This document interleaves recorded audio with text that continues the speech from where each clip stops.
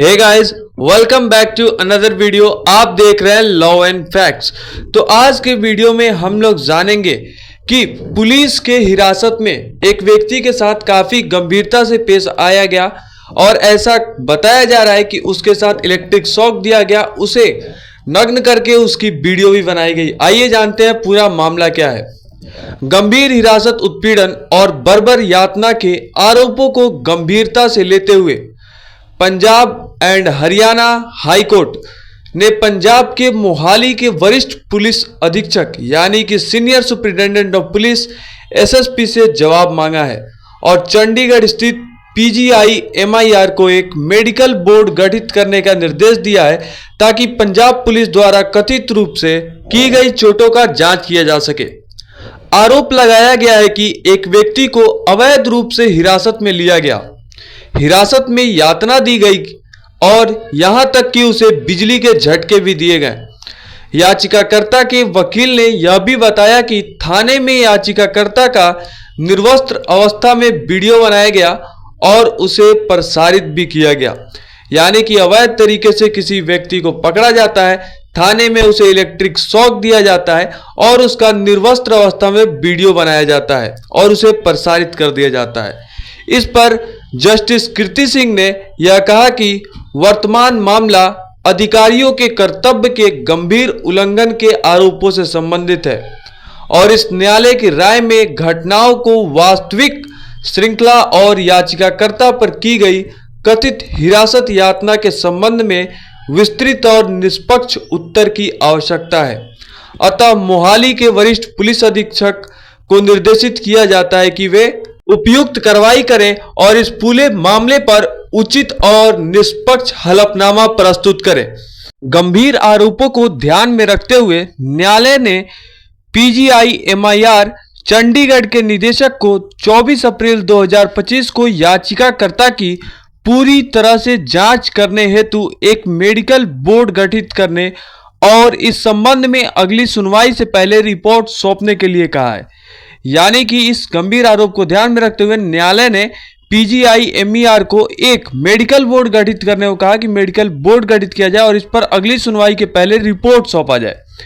ये टिप्पणियां संविधान के अनुच्छेद 226 के तहत दायर याचिका की सुनवाई के दौरान की गई, जिसमें याचिकाकर्ता के जीवन और स्वतंत्रता की रक्षा की मांग की गई थी और 8 अप्रैल को भारतीय न्याय संहिता की धारा 296, 74, 308 क्लॉज 2, 351 तथा सूचना प्रौद्योगिकी अधिनियम की धारा 66 के तहत दर्ज प्राथमिकी को रद्द करने का आग्रह किया गया था।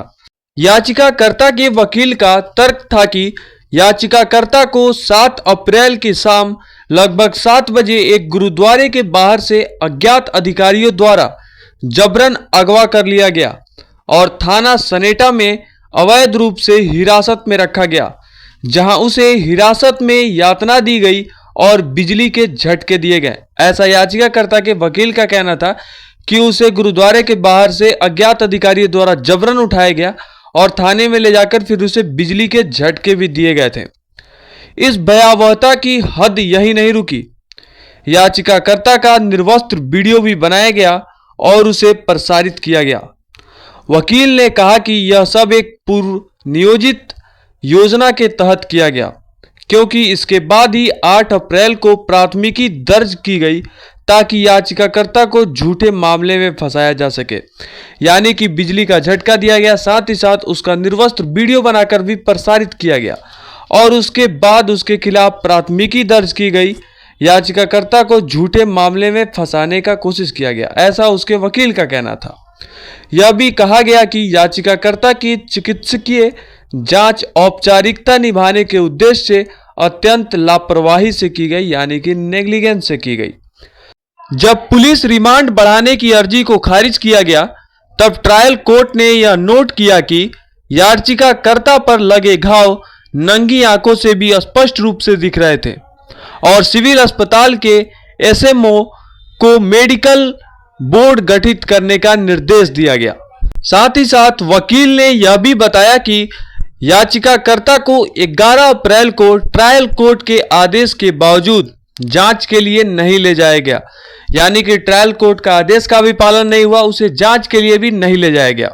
इसके बजाय उसे फिर से पुलिस थाने ले जाया गया, जहां उसे और उसके परिवार को गंभीर परिणाम भुगतने की धमकी दी गई।